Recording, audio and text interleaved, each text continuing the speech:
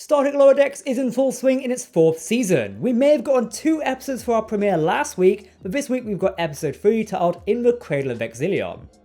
Lower Decks' strength is not just utilising Star Trek tropes, but using them in such a way to create a fresh, exciting episode. In the Cradle of Vexilon is one of those, with ancient computers, some meta jokes, and some nice Easter eggs to tie it all together. But what do we think of this latest outing for Star Trek Lower Decks? Let's take a look. Spoiler warning, and I say this every week, this is our full review of Lower Decks' 3rd episode of Season 4.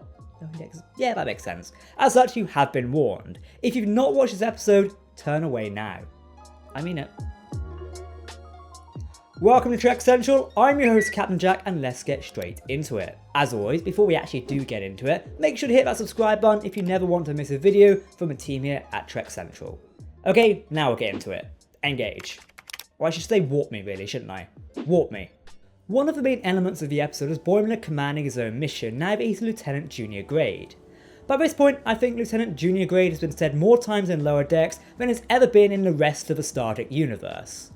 Boimler is in command of ensigns who we've mostly seen before, such as the Kazinti ensign, Taylor, who's been seen since Season 2, and even Big Merp, which is wild he's called Big Merp, as the only other named member of his species we've seen is called Merp, which tracks, I guess. Boimler has to learn that even though he was only recently an ensign like them, he has to learn to trust in them and be able to command them and give them orders, even if it may be a dangerous order. He doesn't even sacrifice himself for the mission and even actually dies.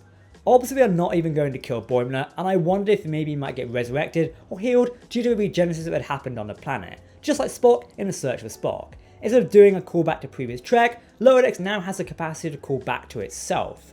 Boimler appears in a room with a black mountain in the background, and sees the space koala before returning to life.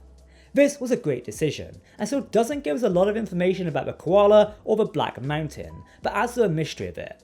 I wonder if in a future episode we may have Shax and Boimler talking about their death experiences. A standout element of this episode was definitely the world building of this new location, Corazonia, which already starts up strong by being an artificial ancient megastructure, a Dyson ring. Look, it's basically a Halo ring, okay? And an ancient civilization who made it, it's literally the Forerunners. As someone who's played Halo for years, this isn't in the script by the way, it's a bloody Halo ring, not a Dyson ring, it's a Halo ring.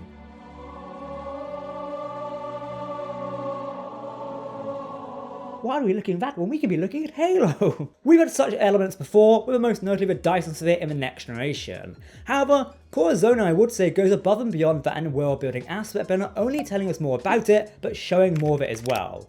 We are told this place is a Federation member, and their environment is monitored by an artificial computer created over 6 million years ago. Honestly, if they went one step further and called it a monitor, I think I'd die of happiness right now. One detail that is said is the first contact was made with them, and that Boimler's mission is to essentially the second contact we know as Cerritos 4. The detail during Boimler's mission is that the power cores being retrofitted by Boimler's team are NX-style warp core reactors. Simply showing this and not telling the audience is really cool, as those eagle-eyed fans, like us, will be able to spot these warp cores and put 2 and 2 together. First contact with the Corazonians happened during the early era of Starfleet, perhaps just after the Federation had been formed.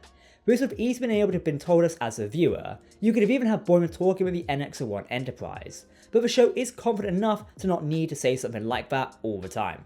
Star Trek has a history of massive sentient computers, something Lower Decks has also dealt with as well, but this episode just makes the computer good and was a nice twist which changed the episode from being too cliche and your typical Star Trek episode. We also have the element of the grinding the humour of the episode around Vexilon in something everyone has experienced, the trouble with system updates on computers. If you've ever tried to perform a Windows update, you know exactly the pain this episode's in. Now they always don't go to plan and do something you don't expect. Thank you, blue screen of death. So the centre of threat around something so relatable in the episode was actually really good. On the ship was our standard Lower Decks B-plot of the Lower Deckers, doing something menial but with a twist to fit with their new ranks. They feel like it's menial work and believe it to be hazing, which is a nice for the first episode as they've been promoted to slowly ease into the less of the type of that ensign work. I am sure they will make up scenarios while Lower Deckers are still doing weird tasks on the ship, but hopefully not too often and actually show us difference in the work they do. There isn't much to say about the B-plot, other than we've got Alan Marine in an animated form, which is very cool, and it also didn't overstay its welcome at all. Thankfully, I hate that song.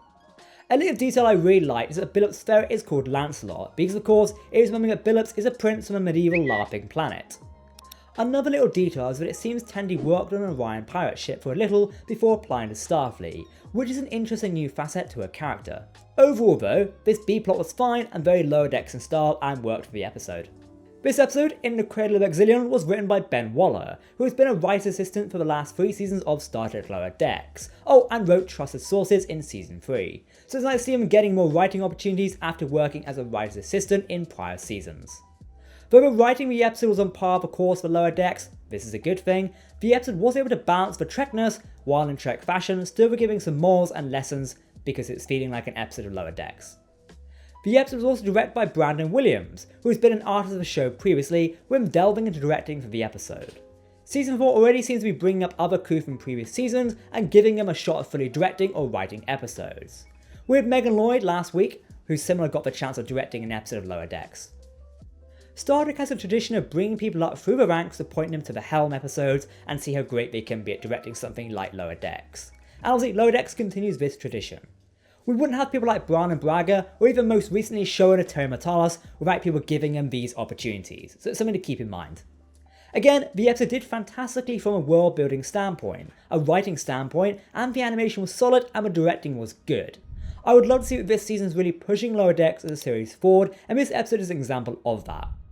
All of our ensigns are now promoted, and the show can evolve into new things while still retaining what makes it Star Trek Lower Decks.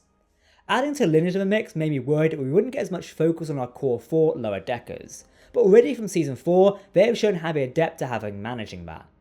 Criticisms of the earlier seasons in that they didn't mix up our characters too much, we mostly always got Boimler and Mariner, and then Rutherford and Tendi. Season 4 already is mixing up this sort of thing, and having T'Lyn feel included and work with a team. Sure, we'll probably get T'Lyn mostly with Tendi, or both being about science officers, but it'd be nice to see T'Lyn and Boimler work together in this episode and maybe a bit more. I hope as we go forward into this season, we might see what Mariner and T'Lyn's dynamic is, or even Boimler and Rutherford now that they're sharing a room. This episode makes me excited for what's in store for Season 4, even more than a season-long threat we'll tease with the last 2 episodes. Give us some good weekly adventures with nice character work and nice writing, and we're in for an exciting 4th season. So, what do you think of a brand new Star Trek Lower Decks episode? Did you enjoy the Halo ring and actually a nice 17 mega computer monitor? Or did you prefer the hijinks on a ship like the Tellurite Schlop Jazz? I know, right? Let us know in the comments below. If you want to keep up to date on all the latest Star Trek news, lore and more, then make sure to hit that subscribe button to never miss a video from the team here at Trek Central. You can also follow us on social media or join our community Discord server. For now, I've been Captain Jack, thank you for watching, and we will see you next week for another Star Trek Lower Decks review. Live long and prosper, my friends. Goodbye.